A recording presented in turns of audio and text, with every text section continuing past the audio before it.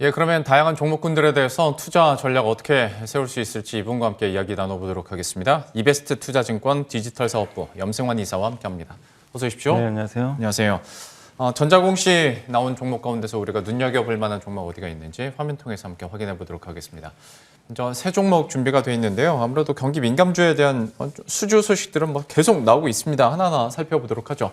삼성 엔지니어링부터 포인트 잡아주시겠어요? 예, 삼성 엔지니어링 이제 지난주에 1.3조 원 규모의 이제 러시아 발틱 에탄 크래커라고 하는데 이게 이제 그 에탄을 이용해서 이제 원유를 여러 가지 석유화학 제품들을 만드는 이제 그런 공정이라고 보시면 좋을 것 같습니다. 그래서 그쪽과 관련된 이제 프로젝트를 수주했는데 이게 매출 대비해서 한 20% 정도 되는 어떤 이제 수주 금액이고 작년 말이었죠. 그때 DLNC도 이런 좀 수주를 따낸 적이 있는데 이제 지금 이번에 그 러시아에서 수주를 따낸 거지만 실제 이제 이걸 이제 그 수주를 줬던 측은 중국의 국영건설사 CC7이 수주를 한 다음에 이거를 이제 삼성이 설계하고 조달하는 것을 이제 담당한다라고 보시면 되겠고 보통 우리나라가 설계, 조달, 시공할 때 보통 시공을 많이 하는데 네. 이거는 이제 설계하고 조달을 삼성 엔지니어링이 직접 담당을 해요.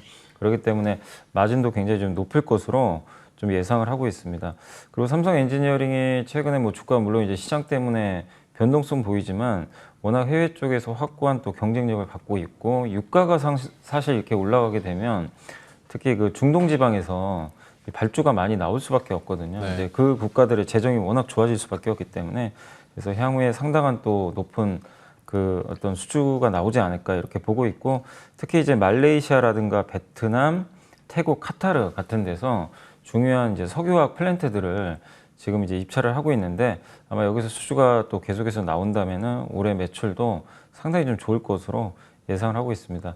그러니까 기존의 건설사들이 예전에 이제 국내 건설사들이 상당한 또 모멘텀을 많이 받았는데 이게 요새 이제 국내 쪽은 그 물론 이제 주택 공급은 늘어나겠지만 그 HDC 현대산업개발이 이제 그 사고 여파로 원가 부담이 좀 생겨버렸잖아요. 네. 그래서 조금 이제 모멘텀이 좀 약해지면서 좀 부진하지만 일단 삼성 엔지니어링이 이제 해외 쪽에 특화된 기업이기 때문에 한번 좀 관심을 가져보시고 어쨌든 지금 유가도 오르고 원자재 가격이 오를 때 보통 수주를 많이 따내는 기업이니까 관심이 좀 필요할 것 같습니다.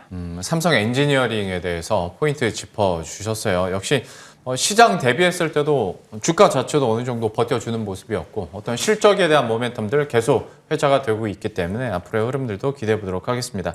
한국조선해양도 역시 준비가 되어 있습니다. 어떻게 보십니까? 참 네. 여러 번 듣긴 했는데. 네, 대우조선해양이 저번에 좀 대규모 또 수주 내고 미포조선이 내고 이제 이번에 한국조선해양도 냈는데 이게 이제 현대 3호중공업에서 이제 수주를 따낸 거고요.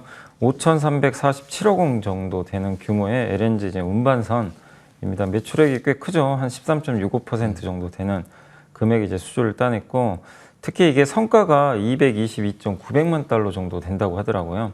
그 정도로 좀 높은데 기존의 그 LNG 선가에 비해서도 좀 높은 수치고 계속해서 지금 이게 원화 가치가 떨어지고 있는 상황에서도 일단 성과가 올라간다는 건 그만큼 지금 발주처가 굉장히 좀 더 급하게 지금 발주를 내고 있다. 그러니까 사실 한국조선해양뿐만이 아니라 우리나라 대부분의 그 조선사들이 지금 도크가 대부분 찼다 그러더라고요. 네. 2년어치가. 그래서 이게 2025년도에 이제 건조되는 것을 목표로 하고 있는데 아직 3년이나 남았죠, 사실은. 근데 되게 좀 빨리 발주가 된 것 같아요. 이게 아프리카 소재 선사라고 하는데 그만큼 지금 그러니까 LNG 선박을 발주한다고 해서 그냥 아무나 만들어줄 수 있는 게 아닌데 LNG 선에 대한 수요는 너무 많고 특히 지금 러시아하고 우크라이나가 전쟁 리스크 때문에 이게 특히 독일 같은 나라가 러시아에서 바로 파이프라인으로 보통 이렇게 이 가스를 주입을 좀 받는데 네. 이게 지금 어려워질 수도 있거든요. 네. 이러면 이제 배로 실어 날아야 될 가능성이 좀 굉장히 높기 때문에 그럼 LNG 선에 대한 수요가 늘어날 수밖에 없겠죠. 그래서 이런 부분들도 좀 우리나라 조선업종에는 오히려 우호적으로 좀 작용하고 있지 않나 싶습니다. 그래서 연초부터 좀 굉장히 우리가 예상했던 것보다 훨씬 많은 지금 발주가 나오는데 주로 이제 LNG 선에서 많이 나오는 것 같은데요. 아무튼 그만큼 또 주가가 좀 못 갔기 때문에 결국 나중에 다 이런 것들이 숫자로 잡히니까 관심은 좀 필요할 것 같습니다. 한국조선해양에 대한 포인트들까지 들어가 봤고요. 효성화학도 체크해 보도록 하겠습니다. 지난 금요일장에서 강세를 기록하긴 했는데 여기도 나름대로 참 주가가 많이 출렁입니다. 이 종목은 어떻게 보세요? 이게 이제 원료가 프로판가스예요. 이 프로판가스를 이제 이용을 해가지고 폴리프로필렌 같은 이제 화학 제품을 만드는 그런 기업인데 이 프로판가스가 너무 가격이 오른 거예요. 그러다 보니까 이제 그 실적이 좀 쇼크가 나왔습니다. 4분기에. 그래서 주가 한번 좀 부러졌었고 특히 이제 베트남의 이 플랜트 가동이 좀 지연이 되고 있는 것 같아요. 이게 빨리 좀 공장 가동이 이제 정상적으로 돌아가면 실적이 좀 나올 텐데 이게 2분기 이후가 될 전망이라서 일단 1분기까지는 조금 부진한 실적이 좀 나올 가능성이 있습니다. 근데 이것만 좀 제대로 가동이 되면 충분히 이제 2분기 이후부터는 실적은 좀 호전될 것 같고 역시 이 회사도 그 가스나 이런 가격들이 좀 떨어져야 수혜를 받는 건데 원자재 가격이 좀 너무 오르다 보니까 상대적으로 좀 피해를 받는 것 같습니다. 그래서 아직은 본격적인 어떤 실적이나 주가 상승은 좀 어렵다 하더라도 시간이 지나면 뭐 이런 것들은 해결될 이슈니까 오히려 이렇게 가치 투자하시는 분들 관점에서는 이걸 이용해서 좀 저가 매수하는 것도 좀 나빠 보이지는 않을 것 같고요. 그리고 이 회사가 석유화학만 하는 게 아니라 그 반도체에 들어간 특수가스 NF3라는 네.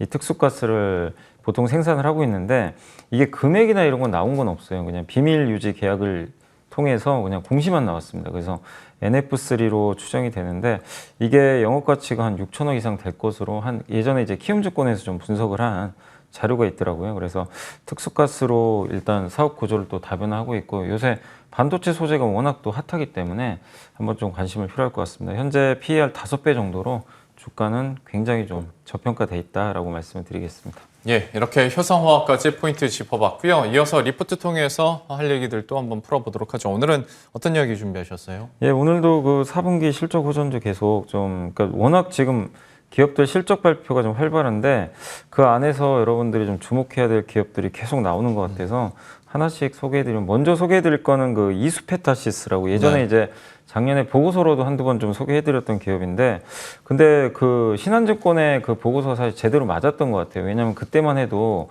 실적이 그렇게 좋을 때는 아니거든요. 네. 적자 나고 막 왔다 갔다 할 때인데 확실히 이제 그때 나왔던 내용은 이제 앞으로 좋아질 거다. 뭐 제2의 심택이 될 것 같다. 뭐 이런 내용이었는데 실제 숫자가 좀 찍힙니다. 4분기에 영업이익 흑자 전환이 성공했고 기대치가 117억인데요.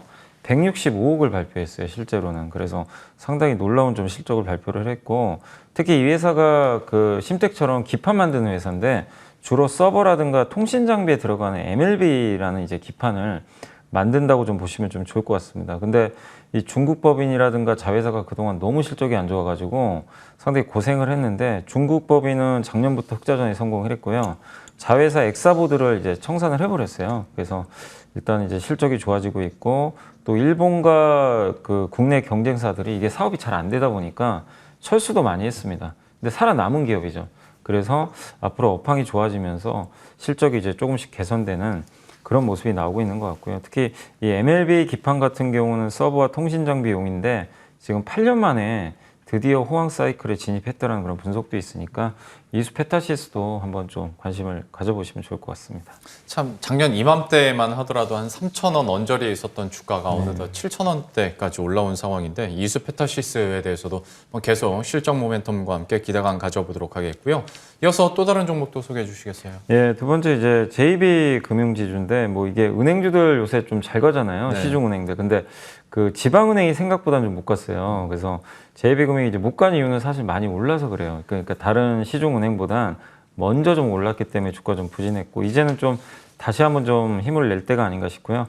특히 4분기 순이익이 73%나 증가했는데 이게 예상 순이익이 811억이었는데 실제로는 1131억이 나왔습니다. 그래서 굉장히 잘 나왔고 뭐 배당률도 6.9%나 될 정도로 굉장히 많은 배당을 좀 이번에 또 결정을 한 것 같습니다.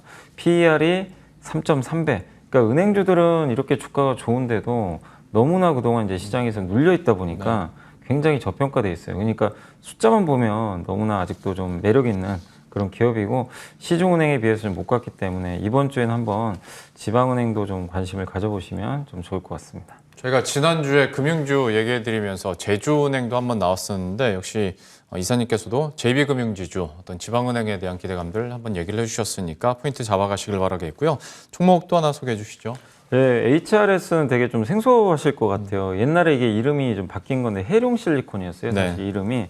근데 이번에 이걸 저도 이제 오랜만에 좀 본 기업인데 제가 지난 금요일 날 이게 딱 찾아보다 깜짝 놀란 게 너무 숫자가 좋아가지고 4분기에 영업이익이 132%나 증가를 했고요. 그러니까 추정치는 없어요. 애널리스트의 보고서를 안 쓰는 기업이다 보니까 뭐 하는 회사냐면 실리콘 있죠. 실리콘을 만드는 기업인데 이 실리콘이라는 게 여러 군데 들어가잖아요. 뭐 전자부품이라든가 방열 패드에도 들어가고 우리 그 액정보호 필름 있죠. 여기도 실리콘이 들어가요. 그리고 화장품에도 많이 들어가 있고. 그러니까 사실 실리콘이라는 소재는 안 쓰이는 데가 없어요. 웬만한 곳에 다 쓰이는데 특히 최근에 이제 그 화장품하고 의료용 시장 쪽이 열리면서 이쪽이 마진이 꽤 좋다고 합니다.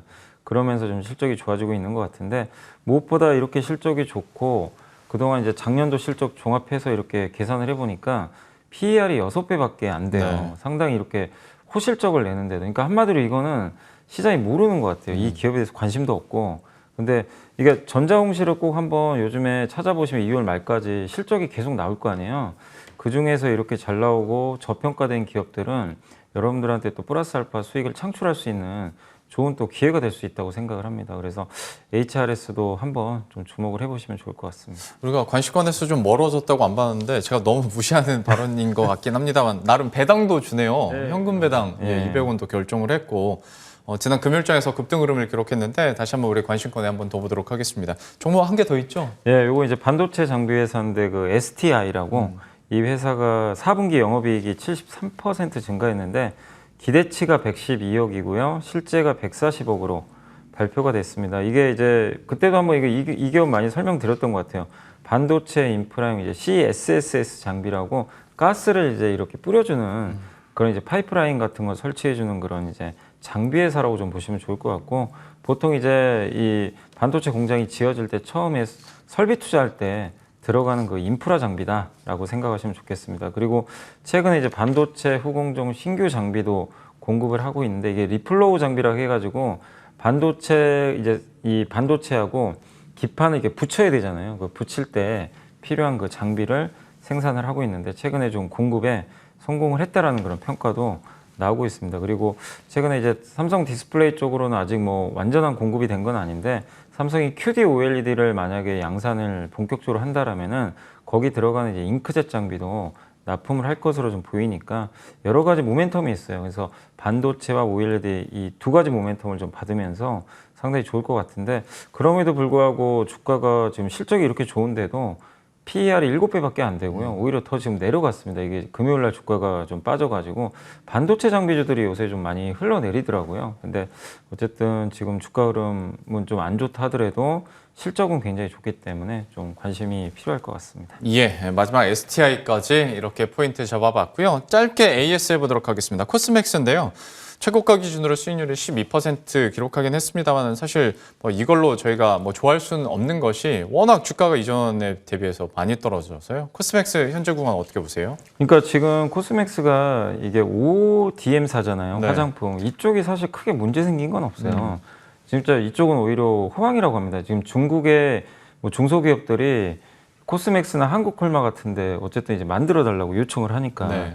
중국 화장품 시장도 나쁘지 않고 이번에 아모레퍼시픽 실적에도 그게 나온 게 있거든요. 그래서 뭐 나빠질 건 없는데 다만 이제 투자 심리가 너무 안 좋아지다 보니까 빠졌던 거고 특히 코스맥스 차이나가 또 상장한다고 하니까 이게 자회사 또 상장하면 그렇죠. 디스카운트 들어가니까 그래서 이게 주가가 13만 원에서 그냥 반토막이 나버린 거예요. 순식간에. 근데 이제 그건 충분히 좀 반영이 됐다고 좀 보고 있습니다. 그래서 지금은 실적 좀 따라서 주가가 좀 회복될 수 있는 단계니까 저는 기본적으로 최소한 9만 원에서 한 10만 원까지는 일단 좀 들고 가는 전략이 좀 필요하지 않나라고 말씀드리겠습니다. 코스맥스 간단하게 AS 해봤고요. 마지막으로 시장에 대한 조언들 들어보도록 하겠습니다. 뭐 우크라이나 변수부터 해서 실적에 대한 포인트들도 계속 강조를 해주고 계신데 좀 조언 부탁드릴게요. 네, 굉장히 좀 어려운 시장 상황입니다. 이게 뭔가 좀 뭔가 악재가 미리 선반영돼서 살아날 만하면 또 새로운 악재들이 자꾸 나오고 또 이게 최악의 악재 중에 하나가 이제 전쟁인데 네. 이거 전쟁은 뭐 어떻게 할 수 없는 거잖아요. 근데 이제 과거에도 전쟁이 안 났던 적이 아니라 예전에 뭐 이라크 전쟁도 있었고 뭐 여러 번의 전쟁이 있었지만 그때 시장이 안 좋았지만 결국엔 증시 방향을 바꾸진 않았거든요. 그래서 결국 이번에도 좀 그러지 않을까 싶긴 하고, 근데 이번에는 또 아무리 우리가 상식적으로 생각해도 러시아가 잃을 게 너무 많은 전쟁 같긴 한데 과연 악수를 둘까 그런 좀 생각이 들긴 합니다. 그래서 너무 전쟁 리스크에 일희일비하지 마시고, 어쨌든 지금 시장에서 방금 제가 전자공시도 소개해드렸지만 실적 발표 이렇게 보면요, 퍼도 10배도 안 되는데 정말 싸고 좋은 기업들이 많이 진짜 널려 있어요. 그러니까 여러분들이 조금만 이렇게 발품 파시면 좋은 기업들, 그러니까 PER이 낮다는 건 내가 여기서 물린다 하더라도 리스크가 굉장히 제한적이고 네. 시장이 복원되면 또 굉장히 가파르게 오르거든요. 그래서 한번 여러분들이 한번 포트 또, 그러니까 너무 전쟁보다는 내 포트를 한번 좀 더 열어보시고 이렇게 실적 좋고 싼 게 있으면 한번 저는 교체하는 것도 괜찮다고 생각해요. 네. 예, 그래서 한번 여러분들이 너무 전쟁 리스크, 우리가 컨트롤할 수 없는 거기 때문에 이 실적주에 계속 좀 집중하셨으면 좀 좋겠습니다. 예. 당장 내 포트가 전쟁터라 좀 이 시기를 활용해서 좀 종목 교체해보는 것도 하나의 투자 전략이 되지 않을까라는 얘기까지 제가 들어봤습니다. 이베스트 투자증권 디지털 사업부 염승환 이사와 함께했습니다. 말씀 고맙습니다. 네, 감사합니다.